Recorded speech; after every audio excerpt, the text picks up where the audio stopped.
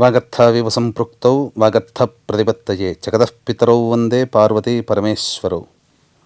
ఆదిత్యాయ చ సోమాయ మంగళాయ బుధాయ చ గురుశుక్రశనిభ్యశ్చ రాహవే కేతవే నమః.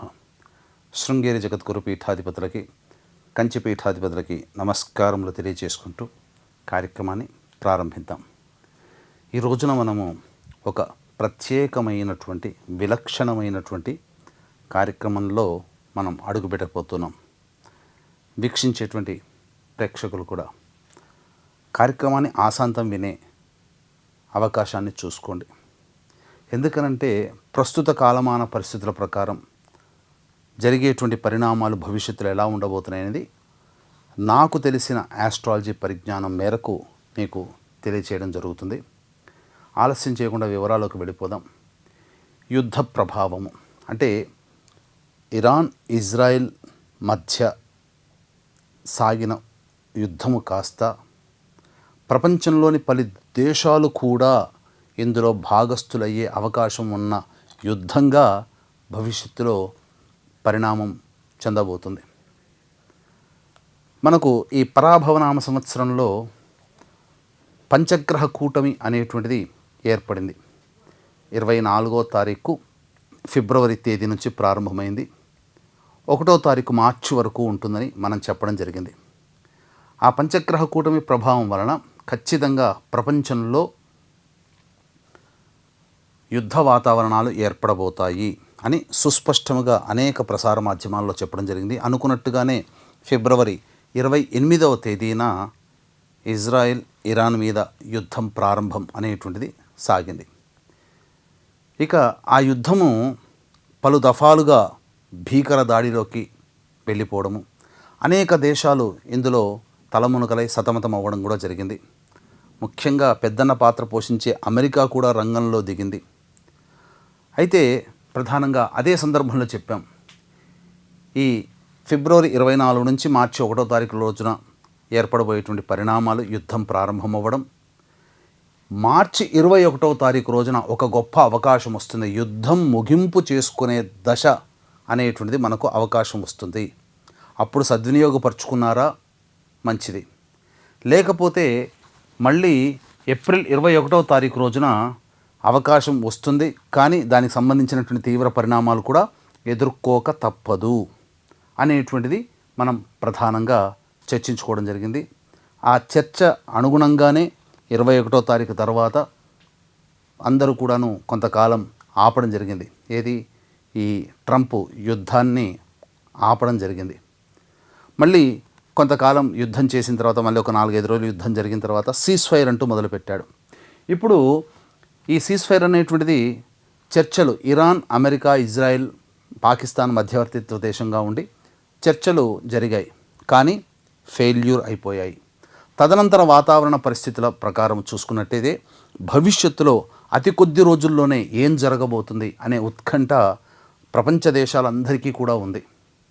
కాబట్టి ఇక్కడ ప్రధానంగా అమ్మవారి యొక్క అనుగ్రహం మేరకి నాకు జ్ఞానం ఉన్నంతవరకు మీతో పంచుకోదలుచుకున్నాను. ముఖ్యంగా గమనించుకున్నట్లయితే ఒకటి మాత్రం సుస్పష్టం, ఇప్పుడు గ్రహాల స్థితిగతులు అనుకూలం లేవు. దీనికి తోడుగా కాలసర్పదోష ప్రభావం ప్రస్తుతం మనకు జరుగుతూ ఉంది. ఎప్పటి నుంచి ప్రారంభమైంది? 11 ఏప్రిల్ నుంచి 4 జూలై 2026 వరకు ఈ యొక్క కాలసర్పదోష ప్రభావము ప్రపంచవ్యాప్తముగా ఉంటుంది. దీనివలన కొన్ని రాజ్యాన్ని పరిపాలించే రాజులకి ప్రధానంగా కొన్ని ఇబ్బందికర పరిస్థితులు. అయితే మన భారతదేశం ప్రజాస్వామ్య దేశం. అధ్యక్ష తరహా దేశములు ఉన్నవి మాత్రమే ఇబ్బందులు పాలవుతాయి. గుర్తుపెట్టుకోండి, రాజు, రాజ్యము, వీటికి మాత్రమే కాలసర్పదోష ప్రభావం. అందుకనే గమనించుకుంటే ఈ 11 ఏప్రిల్ నుంచి 4 జూలై వరకు మధ్య ఉన్నటువంటి కాలంలో అధ్యక్ష పదవి హోదాలో ఉన్న దేశాలు మాత్రమే యుద్ధంలో సతమతమవుతున్నాయి. ఇరాన్ కూడా అధ్యక్షుడే, ఇజ్రాయెల్ అధ్యక్షుడు అంటారు, అమెరికా అధ్యక్షుడు అని అంటారు ప్రజాస్వామ్యమైనప్పటికీ కూడా. కానీ భారతదేశాన్ని ప్రధానమంత్రిని అధ్యక్షునిగా చూడరు, పరిపాలించేది ప్రధానమంత్రి. ఇక్కడ గుర్తుపెట్టుకోవాలి, కాలసర్ప యోగం అనేటువంటిది, కాలసర్ప దోషం ఉన్నప్పుడు ఆ యొక్క రాజ్యము, ఆ రాజుని పరిపాలించే అధ్యక్ష తరహా హోదాలు ఉండే వ్యక్తులకి మాత్రమే సంబంధించి ప్రమాదములు ఏర్పడతాయి. ఇప్పుడు మరి యుద్ధం జరుగుతున్నటువంటి అనేక దేశాల్లో అధ్యక్ష తరహాలో ఉన్నటువంటి దేశాలే ఉన్నాయి. పాకిస్తాన్ కూడా దీనికి ఏమీ ఎగ్జెంప్షన్ కాదు, బంగ్లాదేశ్, చుట్టుపక్కల చైనా, ఇవన్నీ కూడా. కాబట్టి అధ్యక్ష తరహా హోదాలో ఉండేటువంటి దేశాలన్నీ కూడాను యుద్ధ వాతావరణంలో ఈ యొక్క కాలసర్పదోషం ఉన్నంత వరకు తలమునకలై ప్రభావాన్ని పొందుతాయి. ఇది సుస్పష్టము. అయితే 5 జూలై నుంచి 1 ఆగస్టు వరకు శుక్రకేతుల యుతి కూడా ఉంది. కానీ చాలామంది శుక్రుడిని వైభవోపేత కారక గ్రహంగానే చూస్తారు, కానీ వినాశనానికి కారకుడు కూడా శుక్రుడు అవుతాడు.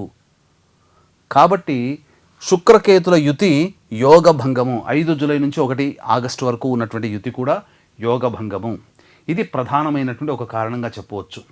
ఇక గమనించుకున్నట్లయితే ఇప్పుడు మనకు డేట్స్ ప్రకారం చూసుకున్నట్లయితే ఇప్పుడు సీజ్-ఫైర్ అనేటువంటిది క్లోజ్ అయిపోయింది. ఏ నిమిషంలోనైనా కానీ మళ్ళీ యుద్ధం ప్రారంభమయ్యే అవకాశం ఉంటుంది. దీనికి సంబంధించినటువంటిది సమాలోచనలు 15వ తారీఖు ఏప్రిల్ 15వ తారీఖు రోజున రవి మీనరాశి నుంచి ఈ మేషరాశిలోకి మార్పు చెందుతాడు. అంటే అశ్విని నక్షత్రంలో ఉంటాడు. కేతువు ఇక్కడ మనకు చూసుకున్నట్లయితే రాహుకేతుల మధ్య గ్రహాలన్నీ ఉన్నాయి కదండి. ఇక్కడ రాహు నుంచి గ్రహాలన్నీ కూడా కేతు వైపు మళ్ళుతున్నాయి. రాహువు అధిక సంఖ్యలో లేని స్థానం నుంచి ఉన్న స్థానానికి తీసుకొని వచ్చేవాడైతే కేతువు అధిక సంఖ్యలో ఉన్న స్థానం నుంచి చివరికి ఏమీ లేని స్థాయికి దిగజారుస్తాడు. కాబట్టి గ్రహాలన్నీ కూడా కేతు వైపు మూవ్ అవుతున్నాయి. ఖచ్చితముగా యుద్ధములో భారీ నష్టం అనేటువంటిది జరగబోతుంది. ఎవరెవరు ఏ దేశాలైతే ఉన్నాయో అమ్ముల పొదిలో వాళ్ళ ఉన్నటువంటి ఆయుధ సామాగ్రి అంతా కూడా అడుగంటిపోయే వరకు కూడా యుద్ధం జరుగుతుంది. ఇక రవి మేషంలోకి ప్రవేశం చేయగానే 15th ఏప్రిల్ నాడు ఈ యుద్ధానికి కారకులైనటువంటి వాళ్ళందరూ కూడా రహస్య మీటింగ్ అనేటువంటిది ఏర్పాటు చేసుకుంటారు. ఏదో ఒక అంతర్లీనంగా ఒక రహస్య మీటింగ్ అనేటువంటిది ఉంటుంది. 15, 16, 17, 18, 19, 20, 21. 21వ తారీఖు రోజున సమీకరణాలన్నీ మారిపోతాయి. ఈ 15 నుంచి ప్రారంభమైనటువంటి యుద్ధ వాతావరణం అంచెలంచెలుగా పెరుగుతూ 21వ తారీఖు ఏప్రిల్ 21వ తారీఖు ఏప్రిల్ అండి. ఏప్రిల్కి వచ్చేసేసరికి చాలా సమీకరణాలు మారిపోతున్నాయి. ఎందుకనంటే ఆ సంబంధించి రవి కుజ సభలోకి వచ్చేసేస్తాడు. రవిగ్రహము మేషరాశిలో ఉండి కుజ సభలోకి వచ్చేస్తాడు యాజ్ పర్ కేపీ ఆస్ట్రాలజీ ప్రకారం. కాబట్టి కుజ సభలోకి రాగానే భారీ యుద్ధము, భారీ విధ్వంసము ప్రపంచవ్యాప్తముగా జరగబోతుంది.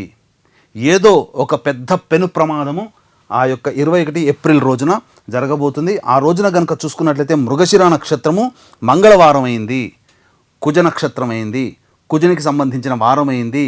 రవి కూడా అనగా అధ్యక్షుడి హోదాలో ఉన్నటువంటి రవి, కుజుడేంటి సైన్యాధిపతి కదా, కాబట్టి రంగంలోకి దిగి తాను ప్రత్యక్ష యుద్ధంలో పాల్గొనే అవకాశం ఉంటుంది. కాబట్టి ఈ 21 ఏప్రిల్ రోజున ఏదో ప్రపంచవ్యాప్తంగా వినాశనమే ప్రపంచానికి పొంచి ఉంది, తప్పదు అనేటువంటిది గ్రహము సంచారం జరుగుతుంది. అక్కడ కాలమాన ప్రకారం 9 గంటలకు అయితే చంద్రుడు ఈ సంబంధించినటువంటి వృషభ రాశి నుంచి మిథున రాశిలోకి ప్రవేశం చేయగానే ఇబ్బందికర పరిస్థితులు. అంటే మన కాలమాన ప్రకారం మధ్యాహ్నం 2 గంటలకు సంబంధించి అత్యధికమైనటువంటి యుద్ధ వాతావరణం మనం చూడబోతున్నాం. ఇక కుజ శని యుతి అనేటువంటిది కూడా ప్రధానంగా చూసుకుంటే శని కుజ గ్రహాల యొక్క యుతి అంతరిక్షంలో ఏం చెప్పబడుతుంటే గ్రహ యుద్ధ వాతావరణం అనేటువంటిది ఉంటుంది. కాబట్టి కుజ శని గ్రహాలు మీనరాశిలో కలిసి ఉన్నటువంటి సమయం 1 మే నుంచి 11 మే వరకు. కాబట్టి ఈ సమయంలో ప్రధానంగా సునామీలు ఏర్పడవచ్చు ప్రపంచవ్యాప్తంగా, భూకంపాలు అనేటువంటివి బాగా జరగవచ్చు. ఏదో ప్రకృతి విపత్తులు సూచిస్తున్నాయి. ఇప్పుడు జరుగుతున్నటువంటి యుద్ధం కూడా ప్రకృతి విపత్తు కిందకే కాబట్టి అత్యధిక శాతము ప్రధానంగా ఇబ్బందులు పాలయ్యే అవకాశము ప్రపంచవ్యాప్తంగా ఎక్కువగా ఉంటుంది. కాబట్టి ఈ కుజ శని యుతి ఏదైతే ఉందో ఆ సమయం 1 మే నుంచి 11 మే వరకు ఇది కూడా చాలా ప్రమాదకరమైనటువంటి పరిస్థితి. ఇక రవి కుజ యుతి కూడా 12 మే నుంచి 15 మే వరకు ఉంది. ఎందుకనంటే 12 మే నుంచి 15 మే వరకు ఇది రవి కుజ యుతి. రవి రాజు, యుద్ధాన్ని ప్రోత్సహించేటువంటి గ్రహము. అలాగే కుజుడు కూడా సైన్యాధిపతి. 2 క్షత్రియ గ్రహాలే. ఇవి మేషరాశిలో అగ్నికారక గ్రహాలైనటువంటిది అగ్నిక్షేత్రములో స్థితి పొంది ఉన్నప్పుడు ఈ 12 మే నుంచి 15 మే వరకు కూడా తీవ్రమైనటువంటి యుద్ధ వాతావరణం ఇంకా ప్రబలంగా పెరిగే అవకాశం ఉంది. ఇక్కడ 15వ తారీఖు నుంచి ఆ సంబంధించినటువంటి సమావేశాలు, సీక్రెట్ మీటింగ్స్ అనేటివి ప్రారంభమై 21వ తారీఖు రోజున కార్యరూపం దాల్చి పెద్ద విస్ఫోటనం జరిగి తదనంతరం ఈ యొక్క సంబంధించినటువంటిది 1 మే నుంచి 15 మే మధ్య కాలంలో చాలా మటుకు ప్రపంచవ్యాప్తంగా ఇబ్బందికర పరిస్థితులు అనేవి ఎదురవుతాయి. 15 మే కీలకం, ఎందుకంటే రవి కుజులు కలిసి ప్రధానంగా ఏక రాశిలో స్థితి పొంది ఉంటారు. ఇంకా ఇంతకుముందు చెప్పుకున్న శుక్రుడు డిస్ట్రాయర్ అని చెప్పేసి ఎందుకు అన్నామనంటే శుక్రుడికి సంబంధించినటువంటి భరణి నక్షత్రము, పూర్వ ఫల్గుని నక్షత్రము, అలాగే పూర్వాషాఢ నక్షత్రము అగ్నిక్షేత్రాలైనటువంటి మేష, సింహ, ధనుస్సులోనే శుక్రుని యొక్క నక్షత్రాలు ఉన్నాయి. కాబట్టి శుక్రుడు మనం అనుకున్నంత వైభోగవిపేతమైనటువంటి జీవితాన్ని ప్రజానికానికి ఇస్తే ప్రపంచవ్యాప్తముగా సంబంధించి ముండేన్ ఆస్ట్రాలజీ ప్రకారం చూసుకుంటే శుక్రుడు చాలా అవయోగకారకుడవుతాడు. కాబట్టి డిస్ట్రాయర్ అనేటువంటిది శుక్రుని కూడా సూచిస్తుంది. అందుకనే శుక్రునికి భార్గవ రాముడు అన్నాడు. భార్గవ అంటే అక్కడ శబ్దం ఏంటి? పరశురాముడిని భార్గవ రాముడితో పోల్చాడు. భార్గవ అంటే అక్కడ శుక్రుని యొక్క స్థితి సంబంధించింది. కాబట్టి ఏతావాత చెప్పుకొచ్చేది ఏమిటంటే ప్రధానంగా గమనించాల్సినది కాలసర్పదోషం 11 ఏప్రిల్ నుంచి 4 జూలై వరకు ఉన్నటువంటిది. ఈ సమయం చాలా కీలకం. అలాగే కుజ శని యుతి 1 మే నుంచి 11 మే వరకు, రవి కుజ యుతి 12 మే నుంచి 15 మే వరకు ఇవి కీలకం. శుక్రకేతుల యుతి కూడా కాలసర్పదోషంలో ప్రభావంలోనే ఉంటుంది. కాబట్టి ఓవరాల్గా 11 ఏప్రిల్ నుంచి 1 ఆగస్టు వరకు కాలసర్పదోషంలోనే ఈ ప్రపంచవ్యాప్తముగా కాలసర్పదోష ప్రభావాన్ని పొంది ఉంటుంది.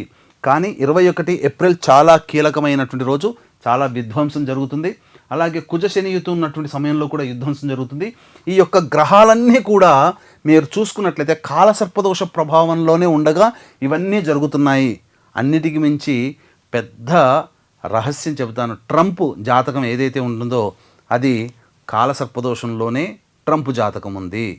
ట్రంపులు కూడా కాలసర్పదోషంలోనే జన్మించాడు. కాబట్టి ఇది చాలా భవిష్యత్తులో విపరీతమైనటువంటి పరిణామాలు చోటు చేసుకునే అవకాశం ఉంటుంది. కాబట్టి వీక్షించేటువంటి ప్రేక్షకులు ఈ యొక్క ప్రపంచవ్యాప్తంగా వచ్చేటువంటి ఇబ్బందుల నుంచి బయటపడడానికి వీక్షించే ప్రేక్షకులు మన తరపుగా ప్రతిరోజు కాలభైరవాష్టక పారాయణము, అలాగే శివాలయంలో అర్చన, అభిషేకాది కార్యక్రమాలు ప్రపంచవ్యాప్తముగా సుభిక్షము, శాంతి కలగాలనే ఉద్దేశంతో ఎవరికి వాళ్ళు చేయండి. మీ పుణ్యం, మీ యొక్క శ్రమ ఊరికే పోదు. మీకు ఎప్పుడు భగవంతుడు మన కోసం మనం చేసుకునే పుణ్యం కంటే ప్రపంచ క్షేమం కోసం మనం పాటుపడినటువంటి పుణ్యము చాలా విశిష్టమైనటువంటి స్థానాన్ని పొందుతుంది. కాబట్టి భగవంతుడు మనల్ని సర్వదా అనుగ్రహిస్తాడు. ఇది కేవలం భయపెట్టడానికనే కాదండి, ఇది కేవలం జ్ఞానాన్ని మీతో పంచుకోవడం అనేటువంటిది ఉద్దేశము. కాబట్టి భవిష్యత్తులో ఈ చెప్పినటువంటి సమయంలో మనకు గ్రహ సంచార రీత్యా అనుకూలముగా లేదు కాబట్టి ఇబ్బందికర పరిస్థితులు ఉంటాయి. కాబట్టి 1 మే నుంచి 11 మే వరకు ప్రకృతి విపత్తులు, భూకంపాలు, తోకచుక్కలు కింద పడడము, అలాగే కామెట్స్ అంటారు, అలాగే సునామీ ప్రభావాలు, అగ్ని ప్రమాదాలు ఎక్కువగా అవ్వడము, ఇవన్నీ కూడా జల ప్రమాదాలు ఎక్కువగా అవ్వడం. ఎందుకంటే కుజ శని యుతి మీనరాశిలో ఏర్పడుతుంది కాబట్టి జల దిగ్బంధనము, జలములో ఎక్కువగా ఇబ్బందికర పరిస్థితులు, పడవలు మునిగిపోవడం కానీ, జల సమాధిలో అవ్వడం కానీ, ఏదో మొత్తానికి నీటితో కూడుకున్నటువంటి ఇబ్బందులు ఎక్కువగా అయ్యే అవకాశాలు గోచరమవుతున్నాయని చెప్పవచ్చు. ఇదండి మనం ఈ యుద్ధ ప్రభావాన్ని గురించి చెప్పినటువంటిది. కాబట్టి ఆ డేట్స్ని మనం గుర్తులో పెట్టుకుని తదనుగుణంగా దైవతానుగ్రహాన్ని పొందితే మనము, మన ప్రాంతము, మన రాష్ట్రము, మన దేశము సుభిక్షంగా ఉంటుంది అని చెప్పడంలో ఏమాత్రం సందేహం లేదు. సర్వం శ్రీ ఉమామహేశ్వర పరబ్రహ్మార్పణమస్తు. And for more videos, please subscribe to iDream. Please subscribe to iDream. Please subscribe iDream. And please subscribe to iDream. For more videos, subscribe to iDream. please like, share and subscribe to the channel. Congratulations, iDream. Subscribe to iDream. Subscribe to iDream.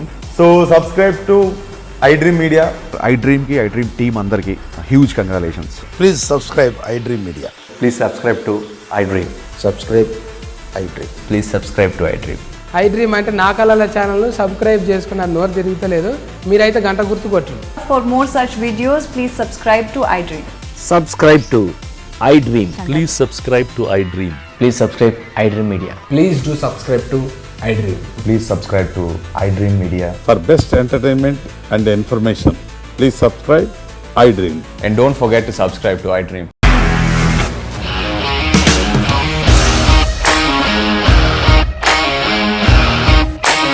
ఇండస్ట్రీలో commitment issues వస్తే నీకు కూడా వచ్చినట్టు. Morning తీసుకెళ్ళారంటే కొట్టి పడేశారు.